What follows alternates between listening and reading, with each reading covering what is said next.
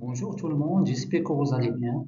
Aujourd'hui, on va représenter et explorer les aspects clés de la détection des cyberattaques, en mettant en lumière les ensembles de données, les méthodes utilisées et les défis rencontrés, et les orientations futures qui pourraient transformer la recherche et la pratique dans ce domaine crucial. Elle est réalisée par moi, Soufiane Naji, et ma collègue Mohamed El Hadji. Elle est encadrée par M. Sadri. On propose de suivre le plan suivant. On va commencer par une introduction, la taxonomie des cyberattaques courantes, machine learning en cybersécurité, le développement d'un système de détection de cyberattaques basé sur machine learning. Ensuite, on va voir les méthodes d'apprentissage automatique pour la détection de cyberattaques, la comparative des méthodes d'apprentissage pour la détection d'intrusion en cybersécurité, les défis et les recommandations et l'orientation future de la recherche. Et finalement, on va voir une conclusion. Maintenant, en passant à l'introduction. L'Internet joue un rôle essentiel dans la société moderne, mais expose à une diversité croissante de menaces. La cybersécurité utilise des technologies connectées et les pare-feux pour détecter et prévenir des intrusions. Mais ces outils ont des limites face aux menaces inédites. Donc, les algorithmes d'apprentissage automatique basés sur machine learning, renforcement de la détection d'anomalies et l'automatisation des tâches en cybersécurité, permettant d'identifier rapidement les comportements malveillants. Cependant, la pénurie d'experts et la gestion de grandes quantités de données compliquant les efforts de protection. La défense en cybersécurité reste un défi constant face à la complexité croissante des cyberattaques. Concernant la contribution, l'objectif principal est de fournir une revue complète sur la détection des cyberattaques, qui contient l'ensemble de données, les méthodes, les défis et les orientations pour la recherche future. Donc, le problème central, c'est la complexité et la densité croissante des menaces et des cyberattaques. Il est difficile pour les professionnels de surveiller et détecter chaque mouvement pour le réseau. Maintenant, en passant à la deuxième partie, c'est la taxonomie des cyberattaques courantes. La taxonomie des attaques fait une référence à la classification et la catégorisation des menaces et des attaques informatiques en fonction de leurs caractéristiques, les méthodes et les impacts. Elle sert de cadre pour comprendre et organiser et analyser les différents types de cyberattaques afin de mieux se préparer à les contrer. Donc, la taxonomie des attaques fonctionne à travers trois processus principaux. C'est la classification, la catégorisation et l'analyse. La taxonomie comprend différentes catégories, telles que les attaques basées sur le réseau, comme les routeurs, le commutateur, le serveur aux connexions. Les attaques basées sur les hosts, ces attaques ciblant directement les ordinateurs ou les serveurs individuels. Et les attaques d'ingénierie sociale, ces attaques reposant sur la manipulation psychologique des utilisateurs. Et finalement, les attaques basées sur les applications, les cyberattaques exploitant les feuilles spécifiques dans les applications logicielles. Concernant les grandes catégories de cyberattaques, on trouve les attaques basées sur les logiciels malveillants, malware. C'est un logiciel conçu pour infiltrer, endommager ou perturber un système informatique, comme les virus ou bien le cheval de Troie, ransomware et adware. Pour les attaques par déni de service, DOS et DDoS, ces attaques visant à rendre un système ou un service indisponible en le surchargeant. DOS, c'est Denial of Service. Une seule machine envoie un volume extensif de requêtes. DDoS, c'est Distributed Denial of Service. C'est une attaque coordonnée utilisant plusieurs machines. Maintenant, on passe sur les attaques basées sur le réseau. Man in the Middle, c'est une insertion de communication entre deux parties pour voler ou modifier les données. Sniffing, c'est un espionnage des données transistantes sur un réseau. Spoofing, surpartition d'identité pour se faire passer pour une autre entité, comme le IP-DNS. Maintenant, passons les attaques par phishing et l'ingénierie sociale. L'objectif et de manipuler psychologiquement les individus pour qu'ils divulguent des informations sensibles. Phishing, spearphishing, pretexting et baiting. Pour les attaques basées sur les vulnérabilités des systèmes, c'est une exploitation des faits dans les logiciels ou les matériels par l'injection SQL, cross-site scripting ou bien zero-day exploit. Pour les attaques basées sur les mots de passe, brute force, et c'est systématique de toutes les combinaisons possibles pour devenir un mot de passe. Les attaques par dictionnaire utilisent des listes de mots courants pour devenir un mot de passe. Crédentiel stuffing, c'est une réutilisation d'identifiants volés sur d'autres services. Concernant les avantages de la taxonomie des cyberattaques, meilleure organisation des informations, l'identification rapide des menaces, la formation et la sensibilisation facilitée, l'évaluation des risques plus précis, l'amélioration des outils de défense. Pour les inconvénients, la complexité et la rigidité de la classification, le comportement des attaquants en constatant l'évolution, les risques de simplification excessive, manque de flexibilité dans l'analyse des incidences, la surcharge d'informations. Passons maintenant à la troisième partie, en machine learning en cybersécurité. Concernant la notion de machine learning en cybersécurité, ou bien l'apprentissage automatique, joue un rôle clé dans l'amélioration de la cybersécurité, en automatisant et en améliorant la détection et la réponse face aux menaces cybernétiques. Donc, l'intégration de l'intelligence artificielle dans la cybersécurité s'avère être une stratégie efficace pour identifier et atténuer des menaces complexes telles que les attaques 0D, le phishing, les malwares et les menaces persistantes avancées l'apprentissage automatique et utilisé en cybersécurité, comme la détection et la prévention des menaces, la réponse automatique, l'analyse prédictive, l'analyse comportementale, l'analyse du trafic réseau, l'apprentissage automatique, adversaire en cybersécurité. Pour les différents types d'algorithmes d'apprentissage automatique par rapport à l'application du monde réel, il existe trois types d'algorithmes d'apprentissage automatique sont représentés: l'apprentissage supervisé, l'apprentissage non supervisé et l'apprentissage par renforcement. En passant maintenant à la quatrième partie, c'est le développement d'un système de détection de cyberattaques basé sur machine learning. Le développement d'un système de détection de cyberattaques basé sur machine learning repose sur une approche méthodologique combinant les techniques de sécurité informatique et les algorithmes d'apprentissage automatique pour identifier et prévenir des cyberattaques en temps réel. Donc, les lignes directrices pour vous aider dans la conception et le développement d'un tel système. Elles illustrent trois étapes principales dans les réseaux qui permettent de collecter à partir de réseaux informatiques pour analyser et détecter des menaces potentielles. L'entraînement et la détection utilisent pour entraîner un modèle d'apprentissage automatique capable de détecter en temps réel des cyberattaques. L'action et des alertes. Lorsqu'une cyberattaque est détectée, le système génère des alertes et prend des actions pour contrer la menace.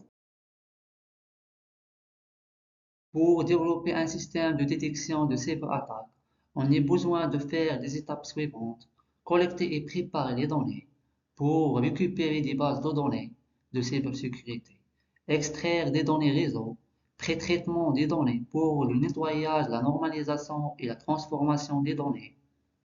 Pour la deuxième étape, c'est l'entraînement et la validation, diviser des données, métriques d'évaluation, l'optimisation des hyperparamètres. Concernant la troisième partie, c'est la détection en temps réel, l'intégration avec les collecteurs de données, la mise en place d'une pipeline en temps réel pour la détection d'anomalies. Dans cette étape, dans deux résultats, soit normal ou bien une attaque. Après ça, on fait une génération des alertes et des réponses pour configurer des notifications et des actions automatisées. Et finalement, on fait des améliorations continues c'est-à-dire des mises à jour régulières des modèles avec de nouvelles données, une intégration des feedbacks pour ajuster les seuils et les paramètres.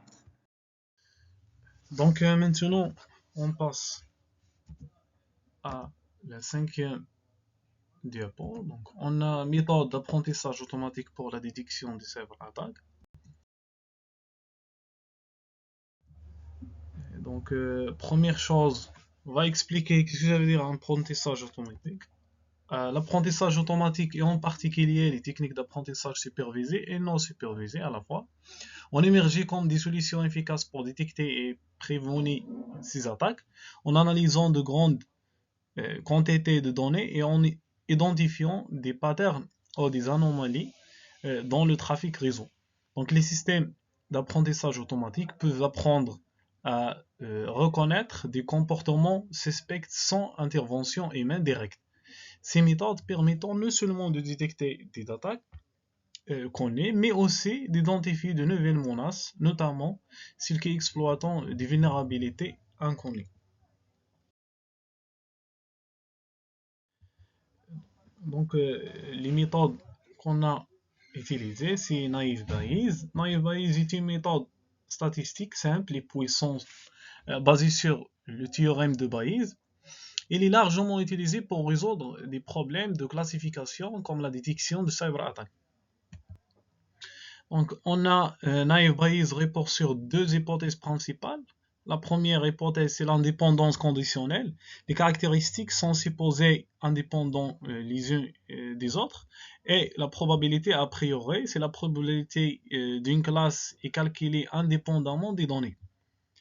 Donc, la fonction de Naive Bayes est calculée comme celui-ci. Donc, on a la probabilité de la classe C sachant les données X est égale à la probabilité de les données X sachant de classe CK multiplié par la probabilité de CK divisé par la probabilité de données.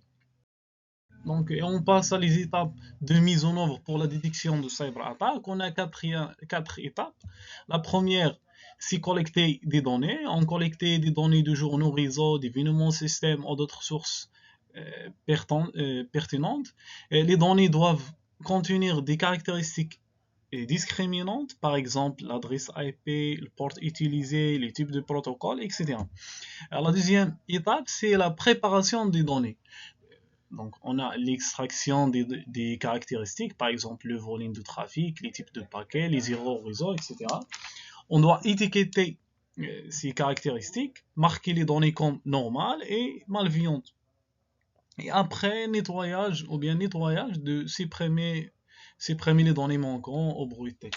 Donc, la troisième étape, c'est la formation du modèle, calculer les probabilités pour chaque classe et utiliser une fonction de densité. Et à la fin, prédiction. Donc, pour un ensemble de nouvelles données, calculer P pour chaque classe C, classer la classe avec la probabilité la plus élevée.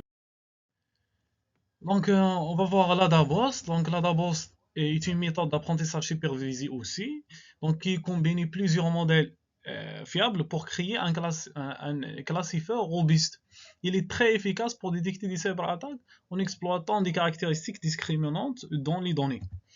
Donc, on doit faire une comparaison entre les deux, entre la DARBOST et Naive Bayes. Donc, la Naive Bayes est rapide et efficace pour des problèmes simples, tandis que la DARBOST est excellent dans des scénarios plus complexes, nécessitant une précision élevée. Donc, voici une image de classification des objets. On utilise Naive Bayes. Donc, on passe maintenant à SVM, c'est pour Victor Machine. Donc, un SVM est un algorithme d'apprentissage supervisé aussi, donc utilisé principalement pour des problèmes de classification et de régression. Il est particulièrement efficace pour des problèmes complexes. Or, les classes ne sont pas linéairement séparables. Donc, on a deux cas linéaire et cas non linéaire. Donc, dans le cas linéaire, si les classes sont linéairement séparables, SVM trouve un hyperplan optimal. Si le cas de non linéaire, l'utilisation d'une fonction noyau pour projeter les données dans un espace de dimension supérieure, noyau linéaire, noyau polynomial et noyau radial basis function. Donc, voici un exemple de la classification on utilisait SVM. Donc, ça, c'est l'hyperplan des best scénarios. Donc, pour les classer les données ici. Donc, aussi, les chercheurs, on a utilisé l'algorithme. Donc, l'algorithme génétique basé sur des hypergraphes pour optimiser les paramètres et sélectionner les fonctionnalités dans une machine à vecteur de support, SVM. Donc, dans la définition d'algorithme génétique, c'est procédé d'optimisation permettant de trouver le minimum et le maximum d'une fonction à partir d'un ensemble des éléments choisis au hasard. Donc, mais pour l'hypergraphe, c'est une généralisation simple du concept de graphe classique en un hyperarrête, donc au hyperlin, peut relier plusieurs sommets à la fois et on ne pas seulement deux comme dans un graphe classique. Donc, un exemple d'algorithme génétique, on doit analyser une population initiale, donc génération de la population, et après l'évaluation de chaque individu, et sélectionner des meilleurs. Donc, on va sélectionner les meilleurs, et reproduction, le croisement, imitation, donc crossover. Et après, critère d'arrêter, il est vérifié si il est oui, donc c'est ça le résultat final. Sinon, on doit arrêter, on doit faire l'algorithme d'une manière itérative. Donc pour l'hypergraphe, ça est un exemple de hypergraphe. On peut relier plusieurs sommets à la fois. On passe maintenant à la combinaison entre l'algorithme génétique et l'hypergraphe. Donc en combinant un algorithme génétique et des propriétés d'hypergraphe, cette méthode permet de trouver une configuration optimale pour un modèle SVM qui réalise une bonne détection des intrusions tout en contrôlant le taux de faux positif. Donc une fonction mathématique est définie pour guider l'optimisation. Elle vise à maximiser le taux de détection des intrusions tout en minimisant le taux de faux positifs. Donc notre fonction mathématique, il est comme ça, tel que f de t, fp est égal à oméga 1 fois t plus oméga 2, tel que t représente le taux de détection, fp représente le taux de faux positif, oméga 1 et oméga 2 sont des points pour équilibrer l'importance de chaque terme. Maintenant, pour random forest, c'est forêt aléatoire, il combine plusieurs arbres de décision pour améliorer les performances et la robustesse du modèle. Donc, la décision finale est basée sur la majorité des votes ou l'avérage des prédictions de tout arbre. Donc, on a un ensemble d'arbres qui prenant des décisions sur un jeu de données, l'IDS, c'est l'intrusion détection système, et un autre exemple de prédiction fait par deux arbres. Chaque arbre fait une prédiction.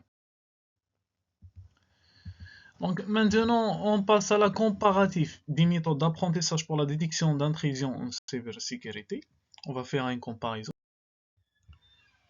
Donc maintenant, on passe à les résultats d'analyse de différentes techniques de deep learning. On commence par méthode supervisée d'apprentissage profond. Donc, on a réseau de capteurs sans fil. Il utilisait SVM avec les données de KDD-CAP 99. La réduction de dimensionnalité est effectuée à l'aide de Random Forest avec une précision de 84%, c'est 0,84. Après l'amélioration de performance de l'IDS, l'intrusion de détection de cyberattaque, elle utilisait XGWorst, entraîné sur le jeu de données NSLKDD, avec différentes méthodes un client décision trade DT, logistique régression LR, SVM et naive Bayes et random forest. Donc le résultat il atteint une précision de 98,41. Donc il est un peu élevé. Donc pour DDoS attaque, il utilisait SVM, DT, NBM, LP avec le jeu de données de KDD-CAP 99 et CESCDS 2017 testé à l'aide des techniques GOA. GOA c'est Grey Wolf optimisé et bon pour les espaces de recherche complexes et non linéaires. Donc et PSO, donc PSO c'est Particle Swarm Optimization et bon pour les espaces continus. Donc, et TLBO, c'est Teaching Learning Based Optimization, s'inspire des mécanismes d'enseignement et d'apprentissage, être plus simple à implémenter tout en étant performant dans des problèmes à grande échelle, en multidimensionnel. Il atteint une précision élevée de 99,98%, donc il est très élevé. Donc on passe à la caractéristique pour des IDS. Donc méthode utilisée c'est DT, RF et NP3. Et l'ensemble de données c'est KDD-CAP 99 et ENSW NP15. La réduction des dimensions CGA, le résultat c'est 81,42. Donc on passe à la caractéristique pour l'IDS. Donc cette partie montre d'autres applications avec des méthodes comme C4.5, RF, Random Forest, donc et du jeu de données comme NSLKDD. Donc le résultat c'est 88,99. Et à la fin, caractéristique pour des IDS, mais on utilise d'autres méthodes. C'est SVM et KNN. L'ensemble de données utilisées c'est KDD-CAP 99, LSL-KDD et Kaito 2006+. Donc le résultat d'acquérance c'est 95,77%. On passe maintenant à la méthode non supervisée d'apprentissage profond. Donc c'est les méthodes de deep learning non supervisées. Donc on commence par la minimisation de taux de faux positif, FPR. Donc utiliser les machines à vecteurs de support, SVM, avec des données CSE, CES, IDS 2018. Et toutes les caractéristiques sont utilisées pour la réduction de dimensionnalité et atteint une précision de 80%. Donc 84%. Donc pour zero day, attaque zero day, utiliser la machine de Boltzmann Restreint, RBM. Donc utiliser RBM. Ensemble de données de les caractéristiques. Les résultats de prédiction, c'est la précision de 88,4. On passe à la transformation des caractéristiques pour l'ADS. Méthode utilisée CAE, auto-encodeur, et réseau de neurones convolutifs, CNN, avec le jeu de données de NSLKDD, il atteint une précision de 98,31%. Donc pour les études récentes sur la détection d'intrusion, on basé sur l'apprentissage en flux de Horsley-Hack et AI. Donc c'est une étude récente sur l'apprentissage basé sur les flux pour ADS, pour l'intrusion, détection de serveur attaque. Et après, la sécurité du UAVS, de WLAN et AI. Donc c'est une étude de traitement ou bien traité de la sécurité des véhicules aériens sans pilote. Après l'optimisation des réseaux de l'IoT ROI et AI, donc est une étude se concentrant sur la gestion d'optimisation des réseaux IoT dans le cadre de l'IDS. Et à la fin, gestion des big data, Ponemalard et d'un côté. Donc, pour l'étude récente basée sur l'apprentissage automatique dans la détection des cyberattaques, c'est l'étude qu'on a déjà vue, c'est la gestion des mises à jour de modèles Orshil-Hack et AI, donc modèle basé sur l'apprentissage de flux de données avec des mises à jour retardées, détection de l'intrusion de l'UAV, donc si la véhicule aérien sans pilote, sans vulnérabilité au brouillage GPS et à des autres attaques sur leur protocole de communication et l'optimisation pour l'IoT, donc l'Internet of Things, optimisation des réseaux IoT permettant de détecter les intrusions même avec des données d'entraînement réduites. Donc à la fin, on va voir les défis, les recommandations et les orientations futures pour la recherche. Donc on passe maintenant aux défis actuels. Les défis actuels qu'on a, c'est premier défi, c'est la complexité des attaques. Donc ce défi évoquait la manière dont la sophistication croissante des attaques compliquer la détection et la défense contre celui-ci. Et le deuxième défi, c'est le problème des ensembles de données déséquilibrés. Donc elle fait référence à la difficulté de former des modèles lorsque les ensembles de données ont une distribution inégale, ce qui peut entraîner des prévisions biaisées. Et on a aussi des faits dans la détection des attaques de type 0D.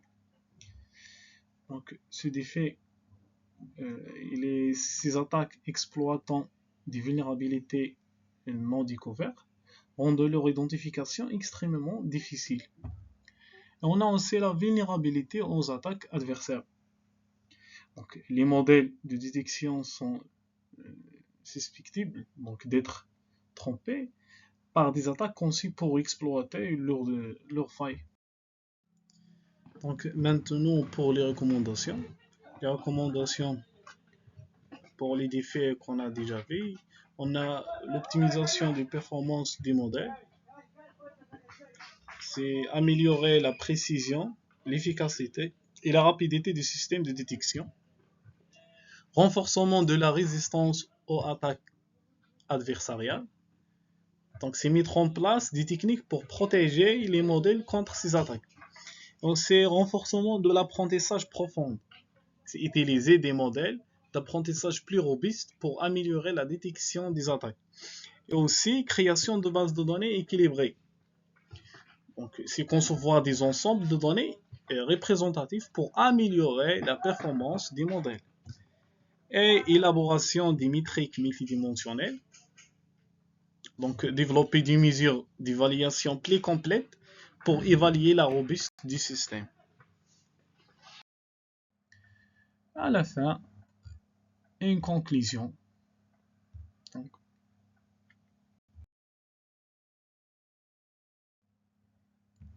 pour la conclusion,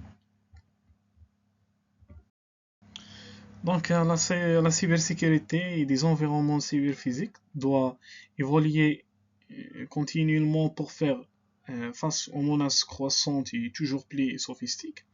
L'intégration de l'intelligence artificielle et des techniques avancées telles que l'apprentissage profond et les approches hybrides offrent des solutions promoteuses. Cependant, des offres supplémentaires sont nécessaires pour améliorer la détection des attaques complexes, notamment celles de type 0D et renforcement de la résistance face aux attaques adversaires.